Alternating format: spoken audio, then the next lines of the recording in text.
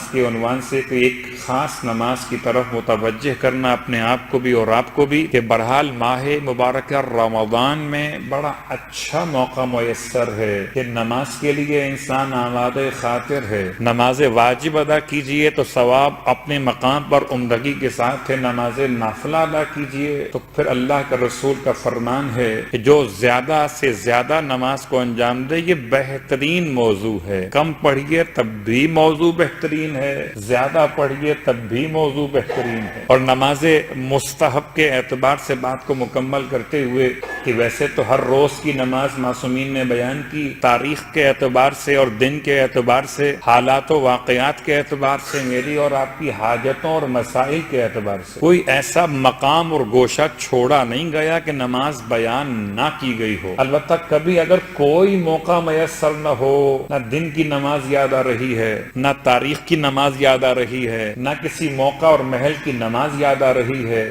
ویسے ہی دل چاہتا ہے کہ آج میں خدا سے اس طرح باتیں کروں کہ خدا مخاطب ہو اور میں متکلم ہو جاؤں, تو پھر نماز سے بہتر کوئی اور عبادت نہیں ہو سکتی. یہ نماز جس میں کوئی نیت نہیں ہے مگر صرف قربتاً اللہ. نماز ہدیہ زیارت اور ہے, نسبت کے ساتھ ہے. نماز تحیت مسجد اور ہے, مقام کے ساتھ ہے. نماز طواف اور ہے, طواف کے ساتھ ہے. نماز مخصوص حاجت اور حاجت کے ارادے کے ساتھ ہے. لیکن ایک نماز ایسی بھی ہے اس میں کوئی مخصوص الفاظ نہیں ہیں, صرف نماز ہے اللہ کی قربت کے لیے. تو کبھی اگر آپ کا دل ایسے بھی چاہے, کوئی حاجت نہ ہو خدا سے مانگنے والی, ویسے تو ایسا ہو سکتا نہیں اس لیے کہ ہم صدا کے فقیر ہیں, وہ صدا کا غنی ہے. صلوات پڑھیں محمد و آل محمد. اور جب لفظ فقیر کہا جاتا ہے لوگ اس سے برا سمجھتے ہیں. فقیر کا مطلب وہ ایک ذہن میں نقشہ آتا ہے کہ جی کپڑے پھٹے ہوئے ہوں گے, ہاتھوں پر مٹی لگی ہوگی, دروازے پہ کھڑا ہوا تنگ کر رہا ہوگا, اسے فقیر کہتے ہیں. نہیں, فقیر کا مطلب مانگنے والا نہیں ہے, مانگنے والا سائل ہوتا ہے. فقیر اور ہے, فقیر نکلا ہے فقر سے. فقر کہتے ہیں احتیاج کو. میں اپنے ہر ایک لمحے کے لیے مرتے ہوئے سیلز کے ساتھ ان سیل کی نئی زندگی کے لیے خدا کا محتاج ہوں. مجھے اولاد نہیں چاہیے, اولاد ہے میرے پاس. مجھے نہیں چاہیے مال, مال ہے میرے پاس. مجھے اپنی جسم کی توانائی کے لیے ہر لمحے رحمت خدا کی حاجت تو ہے, اس لیے میں صدا کا محتاج ہوں. وہ ہمیشہ کا بے نیاز ہے. اس اعتبار سے نماز شکرانہ پروردگار, آج دو باتیں ہیں. ایک شکرانہ پروردگار کے لیے سجدہ ہے, شکرانہ پروردگار کے لیے خاص جملہ تشکر ہے, اور شکرانہ پروردگار کی ایک نماز بھی ہوتی ہے. تو نماز سے پہلے ہم بات کرتے ہیں سجدہ شکر کی. سجدہ شکر کیا ہے, یہ کیسے کیا جانا چاہیے, ایک پوری بحث ہے کہ اس کا وقت کیا ہے. اس کا کوئی وقت نہیں ہے, سجدہ شکر کا کوئی وقت نہیں ہے. جب کوئی نعمت یاد آ جائے, جب کوئی بلا ٹلنا انسان کے سمجھ میں آ جائے, جب کوئی ایسی آیت تلاوت کر لی جائے اس میں سجدے کا اشارہ موجود ہو, یا جب کبھی دو بھائیوں میں صلح کروا دی جائے تو انسان کو چاہیے سجدے پر سجدے کیے چلا جائے. کہ سجاد بھی یہیں کے ہیں اور حلیف سجدہ طویلہ امام موسی کاظم علیہ السلام بھی یہیں کے ہیں.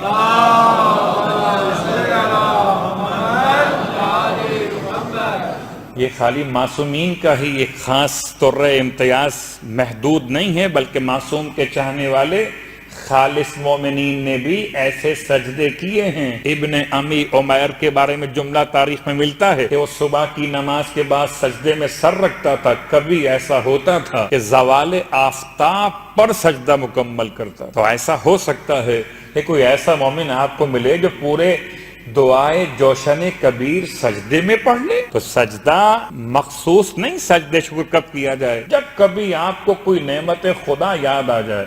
کتنی بار یاد آتی ہے, اکتفا کر لیتے ہیں الحمدللہ کہنے پر. ٹھیک ہے, یہ بھی ٹھیک ہے, نہ ہونے سے ہونا بہتر ہے. اس سے بہتر ہے بہت اچھا ہونا, اور وہ بہت اچھا ہونا سجدہ شکر ہے. عام طور پر سجدہ شکر نماز کے بعد بھی کیا جاتا ہے. روایات مختلف ہیں. راوی نے سوال کیا امام جعفر صادق علیہ الصلوۃ والسلام سے کہ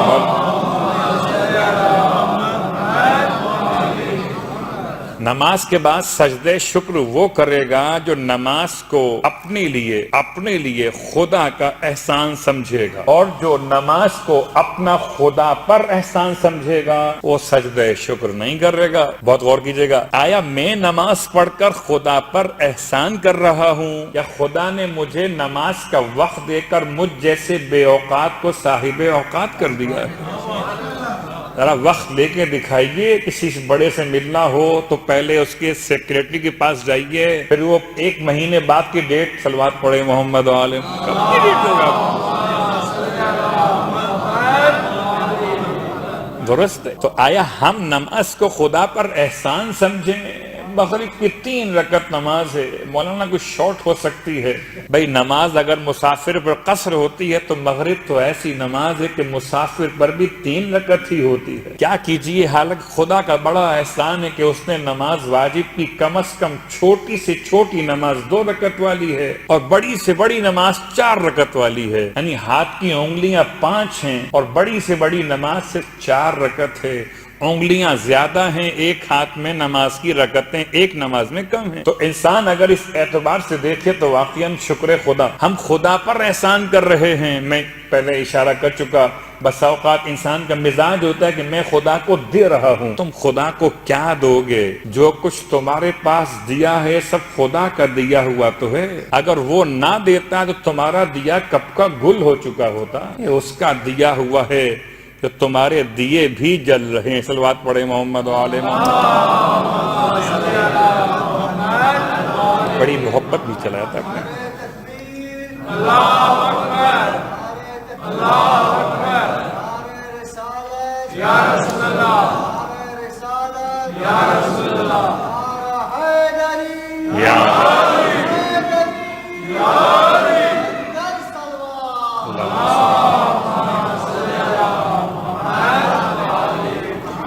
جو نماز کو اپنی ذات پر خدا کا احسان سمجھے، اسے نماز کے بعد شکر کا سجدہ کرنا چاہیے۔ امام کی خدمت میں سوال کیا کہ مولا بتائیے نماز کے بعد سجدہ شکر کا کیا مطلب ہے؟ ہم تو یہ سمجھتے تھے کہ نماز خود ایک شکر کا طریقہ ہے۔ نماز اگر شکر خدا ہے تو نماز نعمت خدا بھی ہے، ایک ہی وقت میں یہ نعمت بھی ہے اور شکر نعمت بھی ہے۔ شکر نعمت ہے مادی نعمتوں کے لیے اور نعمت ہے روحانی نعمتوں کے لیے۔ کیا مطلب؟ ہم کبھی کبھی اپنے جب گھر میں بچوں کو تربیت کے لیے جملہ کہتے ہیں تو جملہ استعمال کرتے ہیں کہ بیٹا رات کا جو کھانا کھایا تھا صبح کی نماز اس کا شکریہ ہے، جو دوپہر کا کھانا کھاتے ہو اس کا شکریہ ظہرین کی نماز ہے، جو رات کا کھانا کھاؤ گے اس کا شکریہ مغربین کی نماز۔ تو اس انداز سے اگر ہم بات کریں نعمت پروردگار کے شکریہ کی تو نماز خود شکریہ بھی ہے اور نماز خود نعمت پروردگار بھی ہے۔ راوی کہتا ہے مولانا نماز کے بعد شکریہ کی کیا ضرورت ہے؟ نماز ہو تو گئی، نماز میں سجدہ شامل تو تھا، اب اور سجدہ کیوں کیا جائے؟ امام فرماتے ہیں نماز کے بعد اس لیے سجدہ کرو کہ نماز کی خدا نے تمہیں توفیق عطا کی، اس کی خدمت میں کھڑے ہوئے۔ کتنے ایسے ہیں جو خدا کی خدمت میں آتے ہی نہیں ہیں، تم آ گئے، اس پر خدا کا احسان کا شکریہ ادا کرو۔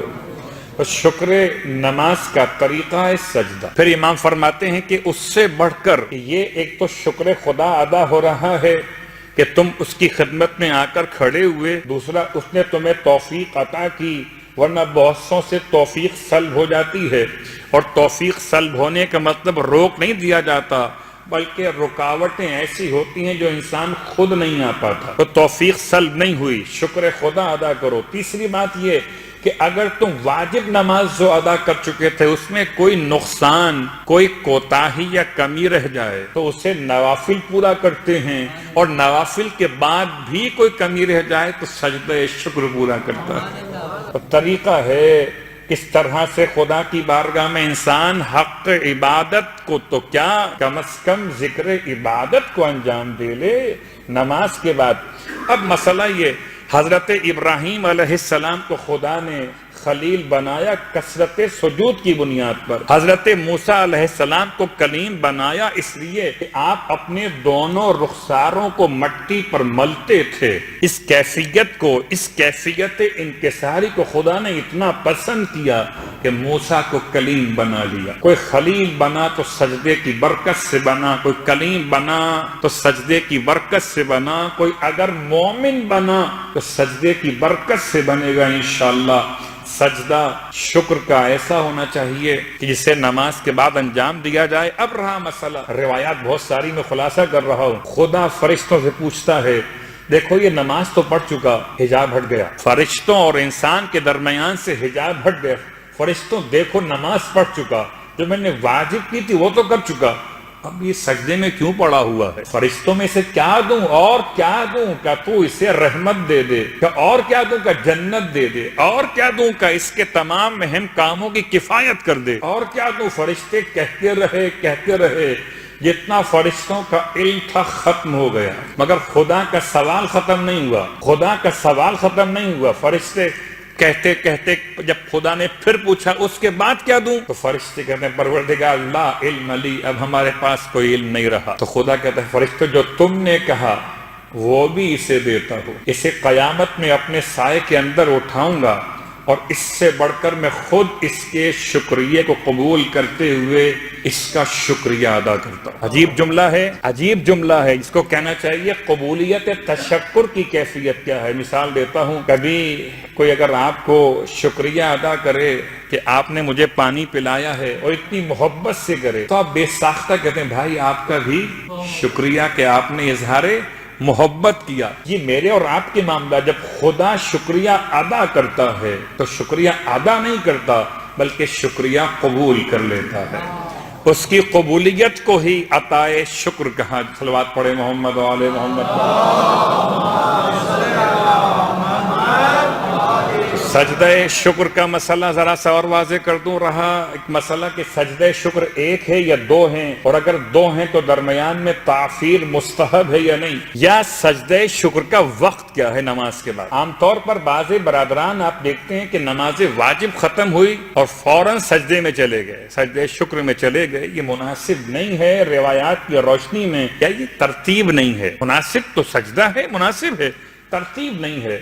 ترتیب اگر غلط ہو جائے تو ذائقہ کبھی کبھی خراب ہو جاتا ہے. کب کیا ڈالنا ہے یہ تو پکانے والے کو پتہ، تو کب کیا پڑھنا ہے یہ قبول کرنے والے کو پتہ ہے. نماز کے بعد کہتے ہیں علماء کہ درود افضل ہے. نماز کے بعد درود اور درود کے بعد پھر تسبیح ہے جناب سیدہ فاطمہ الزہرا سلام اللہ علیہا،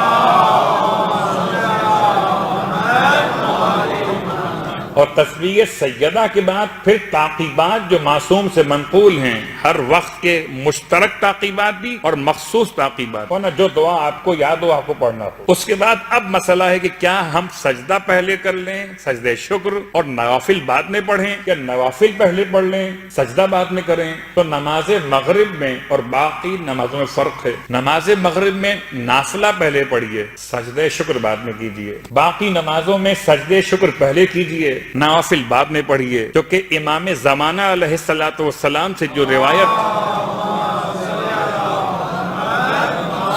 ابن حمیری کہتے ہیں کہ میں نے جب امام کی زیارت کی تو امام کا انداز یہ کہ امام تعقیبات کے بعد سجدہ شکر اور بعد میں نوافل، سوائے نماز مغرب. یہ مسئلہ مختلف ہے کیونکہ نماز مغرب کی نافلہ کا وقت اتنا مختصر اور محدود ہے کہ ایک سجدے کا بھی فاصلہ اس کے وقت کو متاثر کر سکتا ہے. اس لیے نماز مغرب کا نافلہ سجدہ شکر سے پہلے انجام دیجئے اور بعد میں سجدہ شکر کیجئے. اور باقی تمام نمازوں میں سجدہ شکر پہلے ہے، نوافل یعنی پہلے درود، پھر تسبیح، پھر تعقیبات، پھر سجدہ شکر، بعد میں نوافل اس نماز کے جو بیان کیے گئے. اب رہا مسئلہ کہ کیا اور کو راستہ بتائیے کہ ہم دونوں کام کر لیں. تو پھر آخر میں علماء کہتے ہیں کہ دونوں کام کر لیجئے، ایک سجدہ پہلے بھی کر لیجئے اور ایک سجدہ بعد میں بھی کر لیجئے. نوافل سے پہلے بھی سجدہ شکر کر لیجئے اور نوافل کے بعد بھی سجدہ شکر کر لیجئے. کہ سجدہ ہی تو بڑھا ہے، اس میں کون سا کوئی غلط کام ہو گیا ہے؟ خدا مجھے اور آپ کو ساجدین میں شامل کرے. ہم ساجدین ہوں تو ہمارا امام سید الساجدین، صلوات پڑھیں محمد وعلى محمد۔ اب ساری تفصیلات میں چھوڑتا ہوں ورنہ بات بہت طولانی ہو جائے گی، شاید ایک پوری مجلس اس موضوع پہ نکل جائے کہ اس میں کیا پڑھنا چاہیے، کتنی دعائیں، یا اللہ ہو، یا ربا ہو، یا سیدہ ہو، یہ جملہ امام موسی کاظم علیہ السلام کا دیا ہوا ہے۔ افن للہ، افن للہ، افن للہ، یہ جملہ امام صادق علیہ السلام کا دیا ہوا ہے، مختلف روایتوں سے خلاصہ۔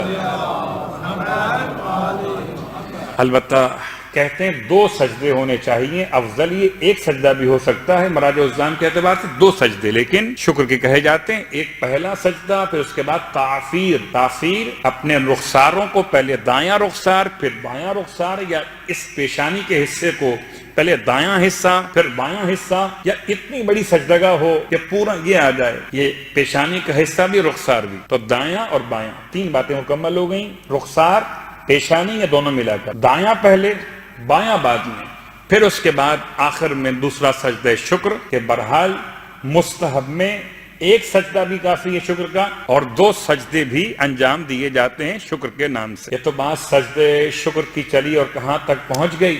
اب رہا مسئلہ نماز شکر پروردگار، یہ نماز کون سی ہے؟ کہ یہ نماز ہے 2 رکعت نماز، جس کو نماز شکرانہ ادا کرتا ہوں قربتاً الی اللہ کی نیت سے انجام دیا جائے۔ رکعت اول میں الحمد کے بعد جو سورہ آپ چاہیں پڑھ لیجئے، کوئی سورے کی قید نہیں ہے۔ رکعت دوم میں الحمد کے بعد جو سورہ چاہیں پڑھ سکتے، قید نہیں ہے۔ البتہ افضل انا انزلنا رکعت اولا کے لیے اور رکعت دوم کے لیے سورہ اخلاص سے بہتر کوئی اور سورہ بیان نہیں ہوا۔ مکمل نماز لیکن رکوع و سجود میں رکعت اول میں آپ کو پڑھنا ہے الحمدللہ شکرا و حمدا 3 مرتبہ رکوع میں، 3 مرتبہ دونوں سجدوں میں ان کے اذکار کے بعد، الحمدللہ شکرا و حمدا، الحمدللہ شکرا و حمدا۔ اس کے بعد رکعت دوم میں رکوع و سجود میں الحمدللہ الذی اعطانی مسئلتی واستجاب دعائی، اعطانی آتینا کل کوثر والا، الحمدللہ الذی اعطانی مسئلتی واستجاب دعائی، حمد ہے اللہ کی جس نے میرا سوال مجھے پورا عطا کر دیا اور میری دعا قبول کر لی ہے۔ یہ 3 دفعہ جملہ رکوع اور سجود میں ان کے اذکار کے بعد، اس نماز کا نام ہے نماز شکرانے پروردگار۔ اگر یہ طریقہ یاد نہ رہے تو پھر کم از کم 2 رکعت نماز اسی نیت سے بطریقہ نماز فجر پڑھ لیجئے کہ خدا شکریہ قبول کرنے والا قدردان۔ صلوات پڑھے محمد وعلى محمد۔ اور اسی شکر خدا کی بات سے اپنی بات کو منسلک کرتے ہوئے، مسائل تو بہت سارے ہیں، ہم نے انسان کی حقیقت کو تلاش کرنے کے لیے سفر شروع کیا ہے۔ سورہ مبارکہ انسان حل اتا علی الانسان سے اور ابرار تک پہنچے ہیں۔ ابرار انسان کامل کی بہترین شناخت اور مثال، مگر انسان کامل تک کا سفر طے کرتے ہوئے انسان کی حقیقت کیا ہے، انسان کی تعریف کیا ہے، انسان کے مسائل کیا ہیں، کون کون سے مکتب درمیان میں آئے، کیسے کیسے نظریات قائم کیے گئے، مکتب عشق کی بات کیجئے، مکتب عقل کی بات کیجئے، مکتب انتفاع کی بات کیجئے، یا اس مکتب کی بات کی جو کہتا ہے کہ مکتب بس وہ ہے جو طاقت کے بل پر ہو۔ 4 قسم کے مکاتب ہائے فکر، دنیا کے فلاسفہ کی نگاہ میں، دنیا کے صاحبان علم کی نگاہ میں، بہرحال ایک اپنے انداز پر آغا جوادی عاملی کی بات اگر کیجئے تو وہ ان کے دروس میں جو انسان کی تعریف کی گئی اس میں 4 گہانہ انسان کو بیان کیا گیا۔ انسان کیا ہے؟ مادی بھی ہے، مثالی بھی ہے، عقلی بھی ہے اور الہی بھی ہے۔ انسان کیا ہے؟ انسان کے سراپا عقل ہے، انسان کے سراپا جذبات ہیں، انسان کے سراپا خواہشات ہیں۔ مکتب عقل کے مکتب والے کہتے ہیں کہ بس جو عقل کہے وہ کر لو۔ بظاہر تو بات بڑی اچھی لگتی ہے کہ صاحبان عقل کا مکتب زیادہ بلند ہوگا، لیکن وہ کہتے ہیں عقل کے تابع رہو، عقل ہی انسان کے لیے حکم دینے والی، عقل سے بلند کوئی نہیں ہے۔ ایک مکتب وہ جو کہتا ہے عقل انسان کے لیے حجت ہے۔ میں یہاں جملہ رک کر کہتا ہوں، ایسے لوگ مل جائیں گے جو اس اشتباہ کا شکار ہوئے کہ بس جو عقل میں آئے وہی شریعت ہے، اور جو عقل میں نہ آئے وہ شریعت نہیں ہے۔ اس کا مطلب ہے کہ میری شریعت میری عقل بناتی ہے، جو عقل نہ بنا سکے وہ شریعت نہیں ہے۔ تو میں نے اپنی عقل کا کلمہ نہیں پڑھا، میں نے محمد مصطفیٰ کا کلمہ پڑھا۔ کیا پڑھا ہے میں نے کلمہ کس کا پڑھا ہے؟ کلمہ میں نے یہ تو نہیں پڑھا کہ میں اپنی عقل کا کلمہ پڑھتا ہوں، ایسا تو نہیں ہے، میں نے کلمہ پیغمبر کا پڑھا ہے۔ تو ایک مکتب ایسا ہے جو انسان کو محدود کر رہا ہے کہ بس جو عقل کہے، جو فکر میں آئے بس وہ کرو۔ دوسرا مکتب کہتا نہیں، عقل سے صرف عقل سے گزارا نہیں ہوتا، عقل تو اعضائے بدن میں سے ایک عضو کا نام ہے۔ ہم بات کرتے ہیں کس کی کہ عقل سے آگے ایک عشق ہے۔ یہ مکتب بھی خطرناک ہے، آسان نہیں ہے۔ میں جو مکاتب کی طرح سے اشارے کر رہا ہوں، یہ شہید مرتضی مطہری کلمات کو مکمل کر رہا ہوں۔ مکتب عشق کیا ہے؟ مکتب عشق یہ ہے کہ انسان سمجھتا ہے کہ کوئی ایک اور طاقت ہے کہ جو عقل کے علاوہ ہے، اور یہ طاقت کون سی ہے؟ یہ طاقت وہ ہے کہ جو انسان کو بسا اوقات عقل سے آگے لے جاتی ہے۔ اب یہ شاید اس کو آسان کرنے کے لیے وہ ایک بہت چھوٹا سا پیغام جو 2 مصروں میں جمع کر دیا گیا، کبھی کبھار پوری تقریر کر لیجئے، لیکن پھر شاعری کا حسن شاعری میں ہے اور خطابت کا حسن فن خطابت میں ہے۔ جملہ کیا مکمل کیا جائے؟ بے خطر کود پڑا آتش نمرود میں عشق، عقل مہوائے لب بام تماشا ہے ابھی۔ اختلاف اس میں جملے میں ہو سکتا۔ تو اب کیا ہے؟ عقل بھی رکی ہوئی ہے اور عشق خاموش گیا۔ عقل کہتی ہے جلتی